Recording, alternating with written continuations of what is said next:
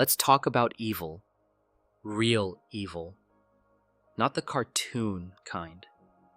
Not the mustache twirling, fireball throwing, I want to rule the world nonsense. I'm talking about the kind that smiles, walks into a room and doesn't raise suspicion, says please and thank you while dismantling your soul with a glance. You know someone like that. Hell, you might be someone like that. And if that line hits too close, good. It means you're still human. Now, Johan Liebert. You heard of him?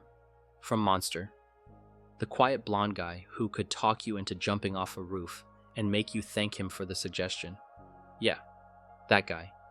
But here's the twist. Johan isn't a villain in the typical sense.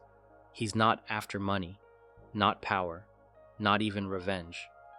He wants to prove something. That nothing matters. That inside every polite handshake is a loaded gun. That behind every good deed is a little worm just waiting to eat through the wood. You know what makes Johan terrifying? He's not lying. He just says the things we shove into the dark. He tears off the mask and asks, are you really a good person? Or just afraid of being caught? You ever ask yourself that? Ever wonder if morality is just fear in a church hat? Most people don't want answers. They want comfort. They want to hear that everything's fine if they recycle and pet their dog. But Johan, he's not here for comfort. He's the ghost at your dinner table, whispering that all your kindness is just a performance, a cage with flowers painted on it, and you hate him for it. Because deep down, you know it might be true. You ever smile at someone you hate? You ever fantasize about crashing your car just to feel something? You ever look in the mirror and think, who the hell is this person playing me? Johan is that voice, but turned up to 11. Polished, charming, untouchable. He's what happens when intelligence meets emptiness.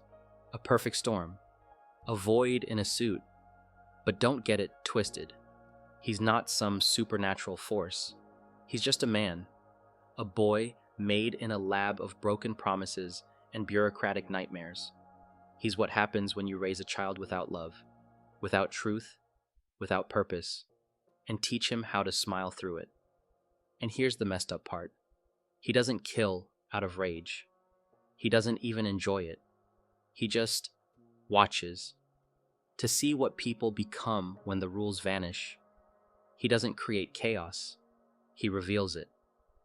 Johan is the psychological Rorschach test. He doesn't need to draw the monster. He just holds up the ink blot and lets you see your own. So what does this mean for you? You're not Johan. Not exactly. But you've got your own version living in there somewhere.